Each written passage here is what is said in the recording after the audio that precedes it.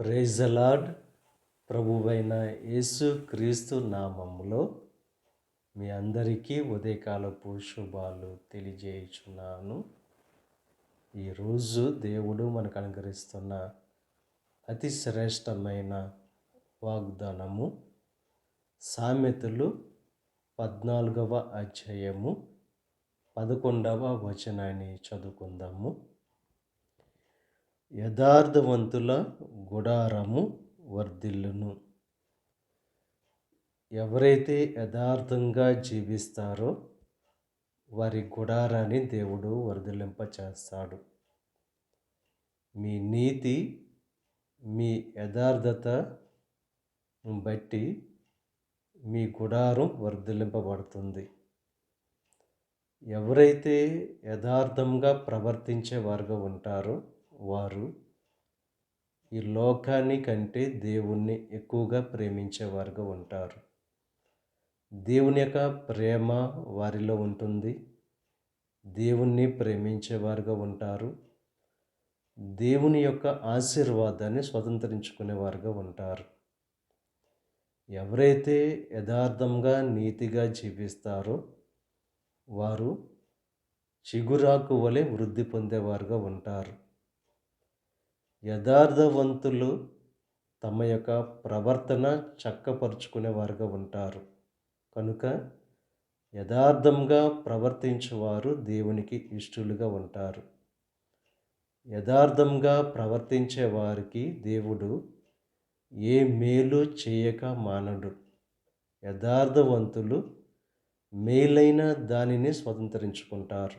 ఉదయకాల సమయంలో దేవుని నుండి సమస్తాన్ని మనం పొందుకోవాలన్నా, దేవుని నుండి శ్రేష్టమైన మేలు పొందుకోవాలన్నా, దేవుని చేత మనం ఆశీర్వదింపబడాలన్నా, దేవుడు మనల్ని హెచ్చించాలన్నా మనలో యథార్థత అనేది ఉండాలి.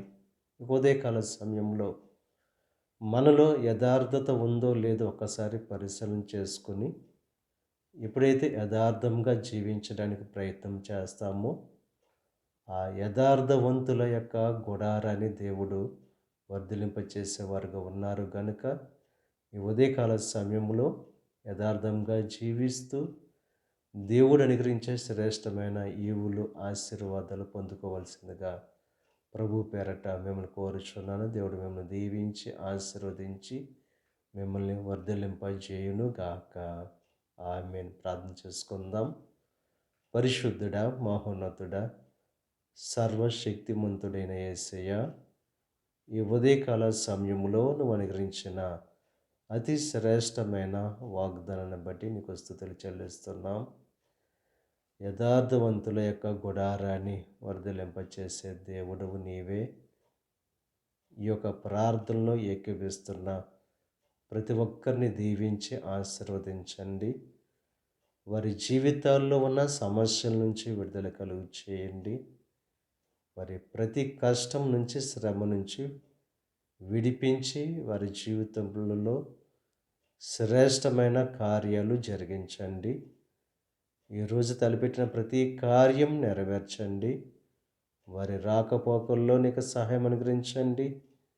ఈ దిన ఆశీర్వాదాలు ప్రతి ఒక్కరి మీద మెండుగా కుమ్మరింపచేసి నీ దీవెనలతో నింపి నడిపించమని మా ప్రభువైన యేసు క్రీస్తు నామం పేరట వేడుకొనుచున్నాం తండ్రి. ఆమేన్. తండ్రి, కుమార, పరిశుద్ధాత్మ త్రియేక దేవుని యొక్క కృప సదాకాలం మనకు తోడై ఉండి దేవుని యొక్క దీవెనలు ఆశీర్వాదాలతో నింపి నడిపించును గాక. ఆమేన్.